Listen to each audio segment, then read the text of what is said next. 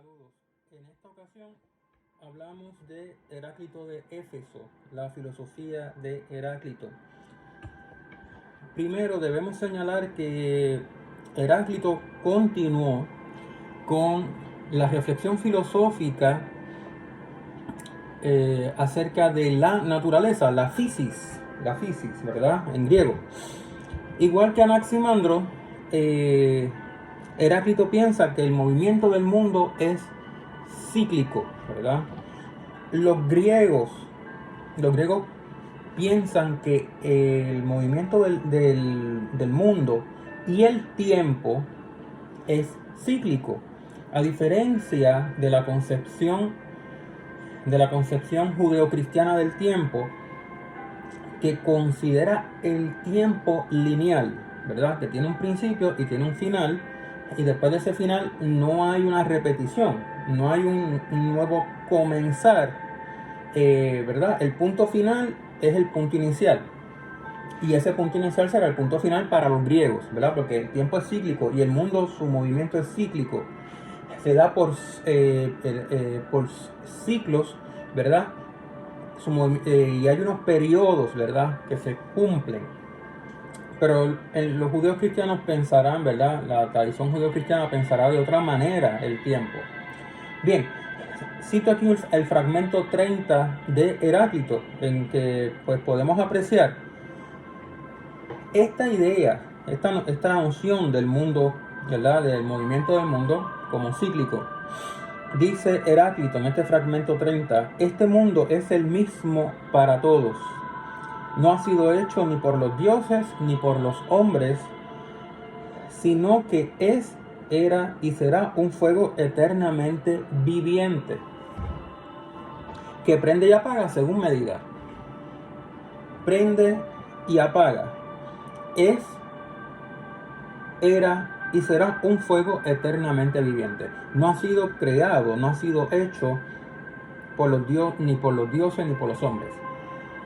Fíjense cómo en esta filosofía no aparece, ¿verdad?, una doctrina de la creación del mundo.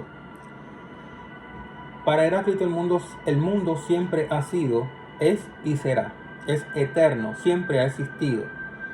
Luego, ¿verdad?, sabemos que siglos más adelante, cuando aparezca la doctrina cristiana de la creación, pues los cristianos proponen, ¿verdad?, que hay creación y es creación de la nada, lo que en latín, ¿verdad?, será llamado, la doctrina será llamada creatio ex nihilo. Pero así no pensaron los griegos, y aquí hay un buen ejemplo, Heráclito. Los pensadores griegos, los filósofos griegos no consideraron una doctrina como la cristiana, ¿verdad? Fíjense cómo dice, prende y apaga, y cuando apaga volverá a prender, ¿verdad? Esa es la doctrina de Heráclito. Es un fuego eternamente viviente. Ese es el material, esa es la materia primera de la que están constituidas todas las cosas. Es el fuego, es esa materia primera. El mundo es eterno, el mundo es cíclico, prende y apaga de acuerdo con cierto patrón. Por eso él dice según medida, es decir, hay un patrón, ¿verdad? Prende y apaga según un patrón, según un orden.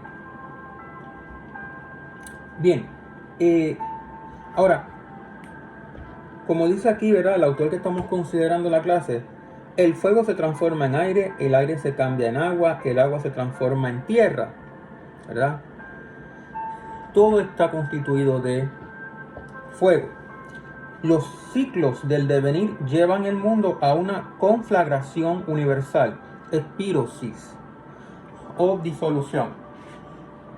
Cuando se esté llegando al final, ¿verdad?, de ese movimiento cíclico del mundo, cuando esté llegando al final de los ciclos que se dan, ¿verdad?, en el devenir, en ese proceso por el que pasa el mundo, cuando esté llegando al final del proceso del devenir, el mundo, en el punto final de ese proceso, que será el punto inicial, porque es cíclico, el movimiento del mundo, se da una disolución, una espirosis, una conflagración. Todas las cosas se destruyen, ¿verdad? Se destruyen, pero no se convierten en nada, sino que de esa conflagración, de esa disolución, nuevamente, ¿verdad?, nace el mundo. Hay un renacimiento y así por la eternidad. Es lo que siempre ha ocurrido, está ocurriendo y ocurrirá. Esa es la doctrina de Heráclito respecto del movimiento cíclico del mundo. Pero la tesis fundamental, y esto, ¿verdad?, tenemos que enfatizarlo, la tesis fundamental de Heráclito es que todo lo real es devenir, proceso, cambio, es movimiento. Todo se está moviendo, todo está cambiando, todo es devenir. Por devenir entenderemos proceso. Hay proceso, cambio, todo cambia. De hecho, una frase en griego que se le adjudica, ¿verdad?, a Heráclito: panta rei, todo fluye, todo fluye. Por eso, como todo fluye, si usted se baña hoy en un río, ¿verdad?, usando esta imagen, si usted se baña hoy en un río y vuelve a bañarse en el río, ¿verdad?, al otro día, mañana, para Heráclito, usted no se está bañando en el mismo río, dado que las aguas fluyen, y las aguas que lo bañen hoy, ¿verdad?, que mojen su cuerpo, con el que usted, ¿verdad?, con esas aguas con las que usted se bañe, no serán las mismas aguas mañana, ¿verdad? Por lo tanto, no es el mismo río. Y es que usted tampoco es el mismo hoy y mañana, porque también está cambiando. Usted también está sometido al devenir. Usted cambia, ¿verdad? Y cambiamos constantemente. Por eso Heráclito dice, ¿verdad?, entramos y no entramos en el mismo río, somos y no somos. Voy a citar dos fragmentos, ¿verdad?, de Heráclito, dos o tres, en que aparece esta idea de que todo fluye.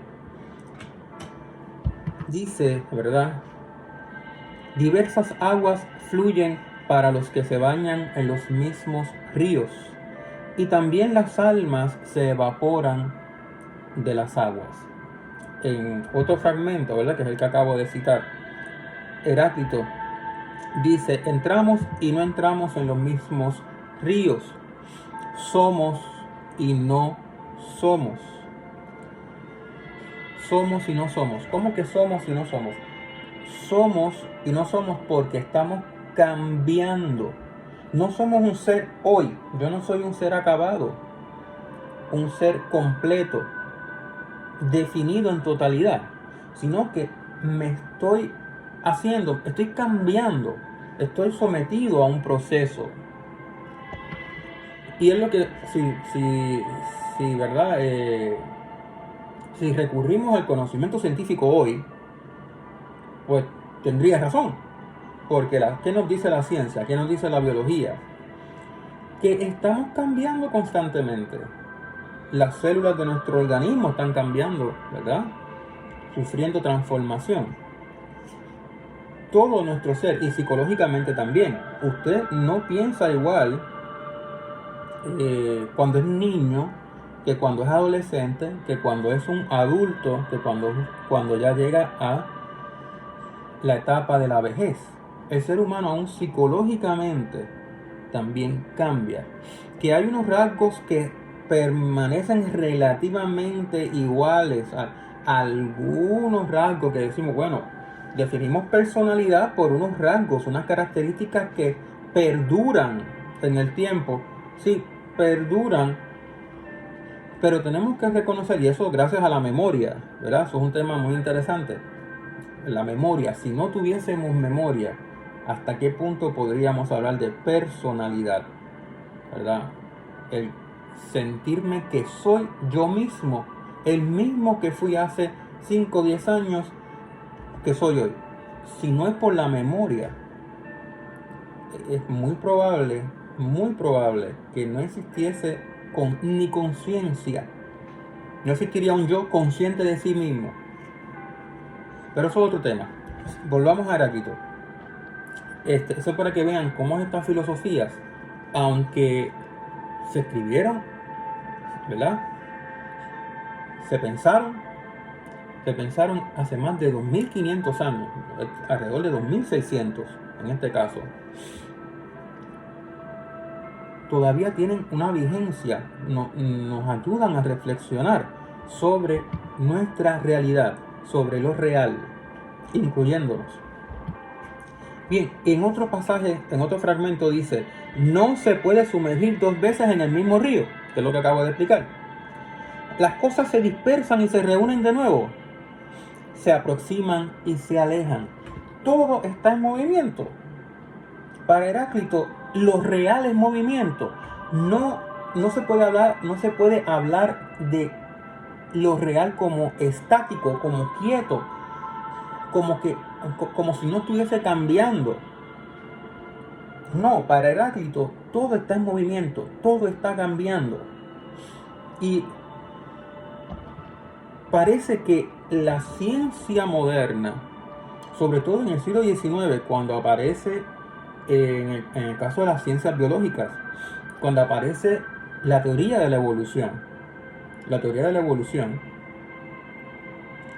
que propone que las especies vivas están cambiando con el paso del tiempo, ¿verdad? Charles Darwin nos está diciendo, ¿verdad?, en El origen de las especies y en otras obras, que los seres vivos están cambiando, van sufriendo variaciones en sus organismos, variaciones que si son convenientes, favorables para la supervivencia, ¿verdad?, la supervivencia en la lucha por la vida, si son favorables en su lucha por la vida, esos individuos de la especie, esos miembros de la especie, que sus variaciones sean favorables, esas variaciones son acumuladas por lo que Charles Darwin llamó selección natural. Lo que nos interesa es enfatizar que en el siglo XIX, con teorías como la de Charles Darwin, que nos está diciendo que la vida es cambio, que los seres vivos están cambiando, aún en los órganos más importantes, ¿verdad?, los órganos internos, todo para Darwin, los seres orgánicos, los seres vivos, están sometidos al cambio en toda su estructura, en toda su estructura anatómica y fisiológicamente. Todo está sometido a cambio. Ya hay un pensador de 2600 años atrás, ¿verdad?, en Éfeso, que nos está diciendo, todo cambia, todo fluye, todo es proceso. Y la evolución es proceso, ¿verdad? Lo que nos está diciendo Charles Darwin muchos siglos después. La vida está sometida a un proceso de cambio, lo que llamaremos evolución. Este señor se dio cuenta, con lo limitado de su conocimiento, no respecto a la vida, ¿verdad?, sin los datos de Charles Darwin, pero se da cuenta de que lo real cambia y que todo está cambiando, incluyéndose usted, incluyéndome también, ¿verdad?, a mí. Por eso dice, somos y no somos. Porque estamos cambiando, estamos, ¿verdad?, sufriendo cambios. Bien.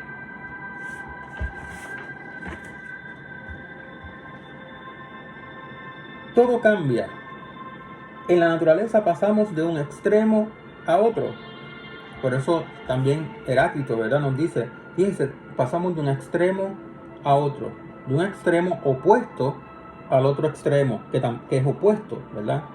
Son opuestos, extremos opuestos, que se opone, ¿verdad?, al otro extremo. Lo frío se calienta, lo caliente se enfría. Esos son los procesos, esos son los cambios. Se están dando entre contrarios, opuestos. Lo húmedo se seca, lo seco se humedece. Hay contrarios, opuestos, pero en el devenir, en ese proceso al que están sometidas todas las cosas. Todas las cosas están pasando por proceso. Devenir. Pero en el devenir pasamos de uno a otro. Eso es el devenir. Proceso. De un extremo se pasa a otro extremo. De la misma manera, el día y la noche son contrarios, pero constituyen un único proceso, una unidad, ¿verdad? Un único proceso, día y noche, aunque los podamos diferenciar, ¿verdad? El día con la luz, la noche con la oscuridad, podemos diferenciarlos, pero Heráclito nos está diciendo, sí, pero son un único proceso, ¿verdad? Día, noche, día, noche, día, noche, día, noche. Qué interesante, cíclico también, ¿verdad? Forman una unión. Por eso podríamos decir que son la misma cosa. ¿Por qué? Porque es una unión, el día y la noche, ¿verdad? Es un movimiento, un único proceso. El motor del cambio es la presencia de fuerzas contrarias. Se está dando cambio, pero ¿por qué? Pues nos está diciendo, ¿verdad? Heráclito considera que el motor del cambio, del proceso, ese devenir de todas las cosas, es la presencia de fuerzas contrarias, la lucha, el conflicto, la guerra, que en griego se llama polemos, ¿verdad? Y en el fragmento 53, Heráclito, en este fragmento 53, Heráclito menciona a Polemos. Lo cito, dice: la guerra es el padre de todas las cosas y el rey de todas. A unos ha hecho dioses, a otros ha hecho hombres. A unos ha hecho libres, a otros ha hecho esclavos. Cierro la cita. Si uno, ¿verdad?, toma con calma este fragmento, uno y lo analiza, llega a la conclusión, llega fácilmente a la conclusión de que todo está, ¿verdad?, siendo originado por la guerra. Nada escapa a la lucha, nada escapa al conflicto. La guerra, Polemos, dice Heráclito, es el padre de todas las cosas, el rey de todas. Ni los dioses ni los hombres, ¿verdad?, están exentos de la guerra. La guerra los produce, la guerra es el padre. En esta tensión de los contrarios ocurre que los dioses son inmortales, mientras que los hombres son dioses mortales. Ahora, es interesante porque Heráclito también, ¿verdad?, considera que en el fondo de esta guerra, de este conflicto entre las cosas, de ese conflicto o esa guerra entre los contrarios opuestos, luz, oscuridad, tiniebla, calor, frío, humedad, sequedad, son contrarios, ¿verdad? Y están en lucha, ¿verdad? Mortalidad, inmortalidad, divinidad, ¿verdad? Los dioses, ¿verdad? Los dioses pueden ser mortales, según esta filosofía, y los hombres pueden ser inmortales. Se está dando, ¿verdad?, esa lucha de conflictos aún en estos seres. Pero en el fondo de la guerra entre los extremos opuestos, entre los contrarios que son opuestos, en el fondo hay armonía, es decir, los contrarios se armonizan. Y esa armonía entre las fuerzas contrarias que son opuestas es lo que nosotros percibimos mediante nuestros sentidos. Percibimos, ¿verdad?, sensiblemente, es decir, por medio de nuestros sentidos. Esa armonía la percibimos como estabilidad en el ser.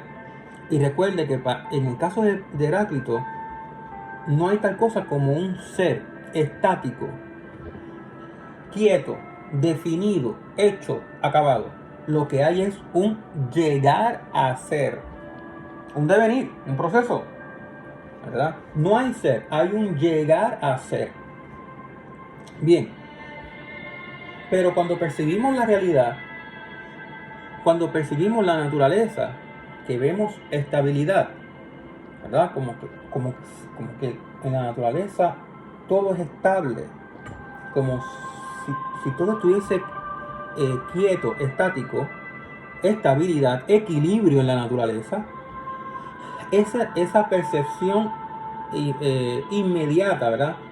De lo real como estable, de lo real como, ¿verdad? En equilibrio, resulta de la armonía profunda que hay, que existe, que hay, ¿verdad? En el fondo, esa armonía profunda que hay entre las fuerzas de los contrarios opuestos, que son opuestos. Hay armonía en el universo, hay armonía. Hay armonía en la naturaleza, aunque hay una lucha constante, se está dando esta lucha, este conflicto entre los opuestos, entre los contrarios opuestos, hay armonía, ¿verdad? Se armonizan.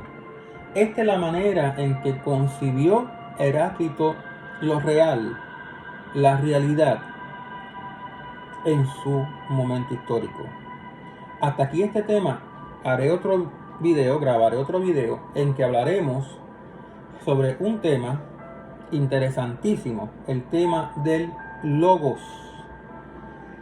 ¿Qué es el logos para Heráclito? Tema que no quedó, ¿verdad? Olvidado, lanzado al desván de los temas filosóficos olvidados.